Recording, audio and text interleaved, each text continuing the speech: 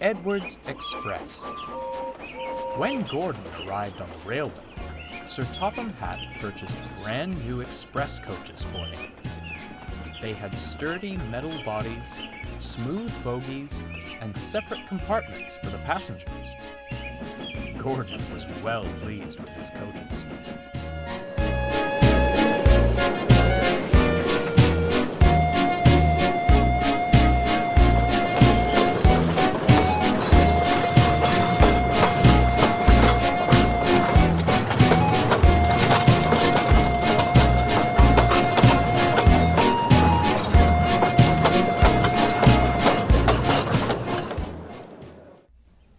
The old coaches felt left out.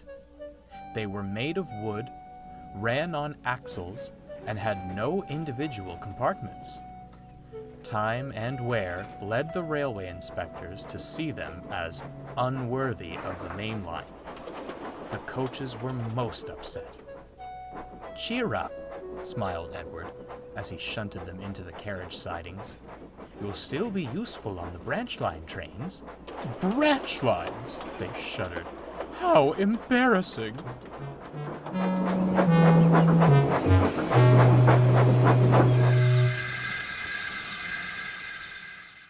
While Henry was shut in the tunnel, Edward took over his local trains. He knew all about being left behind and brought the old coaches out every chance he got. This cheered them up. Until Gordon voiced his opinions. A pity," he sniffed as Edward shuffled in with the coaches. "But that's the price of progress. Why, even you would have been a prime express engine at one point, Edward. I suppose it's only natural that modern engines require modern coaches." "Is that so?" smirked Edward. "Why, I think you'd look most distinguished pulling these old dears." "Oh, no thank you," Gordon harumphed. "They'd be open-top carriages before I even reached top speed.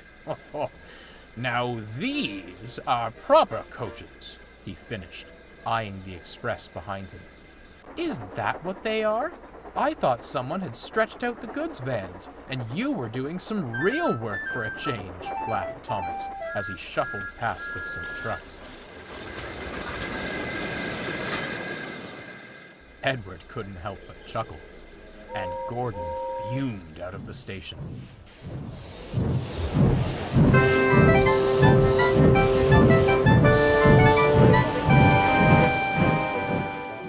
His mood didn't improve on the main line. They were running well. Too well. "Settle down, Gordon," scolded the driver. "You'll do a number on yourself. Make no mistake." Real work," muttered Gordon. "I'll show those engines a thing or two about real work."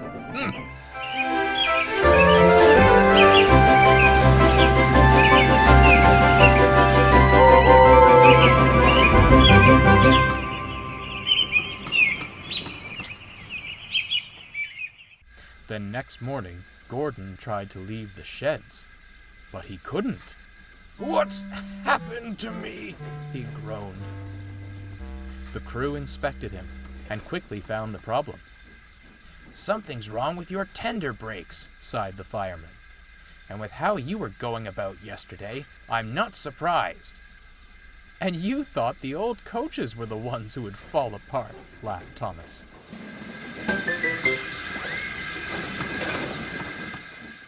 Edward shot him a look.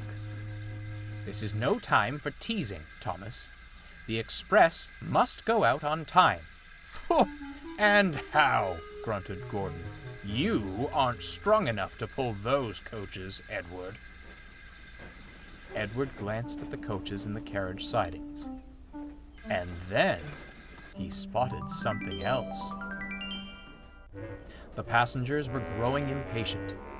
There was no train ready for them, and it would soon be time to leave. The fat controller had just stepped out of his office to see what the matter was, when he saw a most peculiar sight. Edward came steaming in with all the old coaches he could find.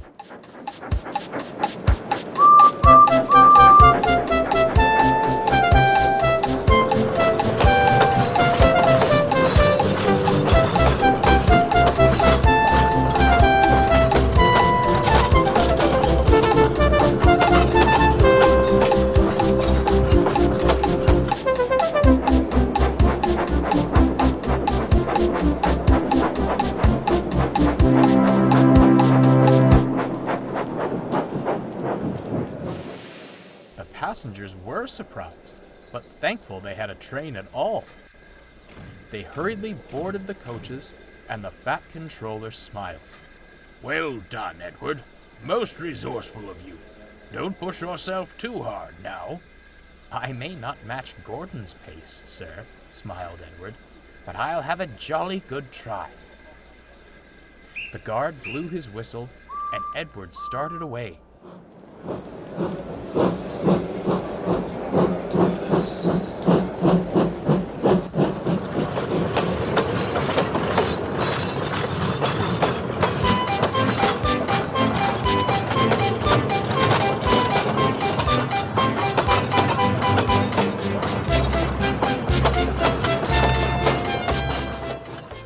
Soon, he was coasting down the main line, making excellent time.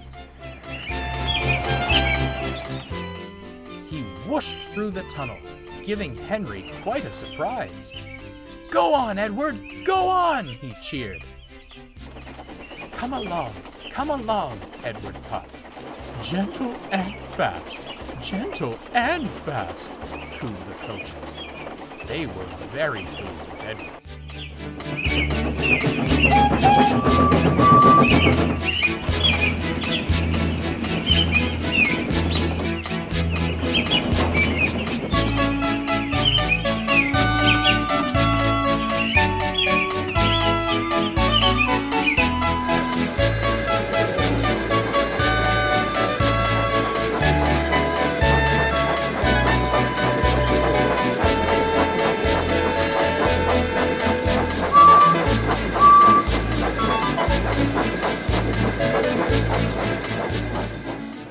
At the last station, the passengers cheered and thanked Edward.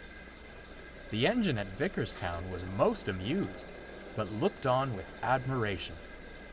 Edward just smiled. He was thankful for a rest and a drink. When he returned to Sodor, Edward spoke kindly to the old coaches. "Well, dears, how did you fancy a return to the glory of the Express?" "Oh, it was lovely, Edward," smiled one. "Although," added another, "perhaps you were right. Some leisurely branch line work sounds most enticing."